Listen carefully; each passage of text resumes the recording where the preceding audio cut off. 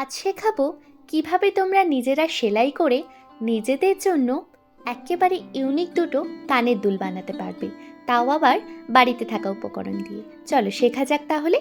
তোমরা প্রথমেই দেখতে পাচ্ছ একটা প্লেন কালো কাপড়কে আমি এমব্রয়ডারি বোর্ডের সাথে সেট করে নিয়েছি। আর যদি এই বোর্ড তোমাদের বাড়িতে না থাকে তাহলেও অসুবিধা নেই, তোমরা হাতের ওপর কাপড়টাকে টান টান রেখেও কিন্তু সেলাই করতে পারো। তোমরা দেখছো যে আমি এখানে ছোট ছোট সার্কেল ড্র করে নিয়েছি। এই সার্কেলগুলোর মাপ হলো 1 টাকার কয়েন। তোমরা এর থেকে বড় চাইলেও করতে পারো, ছোট চাইলেও করতে পারো। আমরা এখানে রোজ বানাবো, যেমনটা পাশের এই রেড রোজটাকে দেখছো। তো এখানে এই সার্কেলের মধ্যে আমি 5টা লাইন ড্র করে নিয়েছি। আর এই লাইনগুলোকে অনুসরণ করে আমি কিন্তু একেবারে সিম্পল স্টিচ এখানে দিয়ে নিচ্ছি।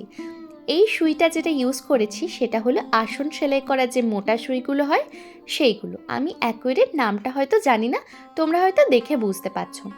5টা লাইন এইভাবে স্টিচ করার পর যেখান থেকে তোমরা সুইটাকে তুললে তার ঠিক প্রথম ঘরের নিচ দিয়ে তুলবে, তার পরেরটা বাদ দিয়ে তার পরেরটার নিচ দিয়ে তুলবে।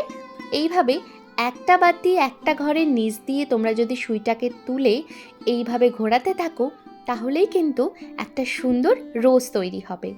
আশা করি তোমরা যখন নিজেদের জন্য বানাবে তখন ভিডিওটা পজ করে করে দেখতে দেখতে কিন্তু তোমরা করার সময় ঠিকই বুঝে যাবে। এভাবেই আমরা বানিয়ে নেব দুটো সুন্দর সুন্দর রোজের ইয়াররিংস। তোমরা নিজেরা অবশ্যই ট্রাই করো, আর এই সেলাইটা ডেফিনেটলি তোমরা পারবে, কারণ এটা খুবই ইজি। এবার মাঝখানে সাদা সুতো দিয়ে আমি ডিটেলিং অ্যাড করার জন্য 3-4টে পেজ দিয়ে এইভাবে কাজটা কমপ্লিট করে নিচ্ছি। এভাবেই আমাদের ইয়াররিংস রেডি হয়ে গেল। আজকের টিউটোরিয়াল ভিডিও কেমন লাগলো জানিও কিন্তু।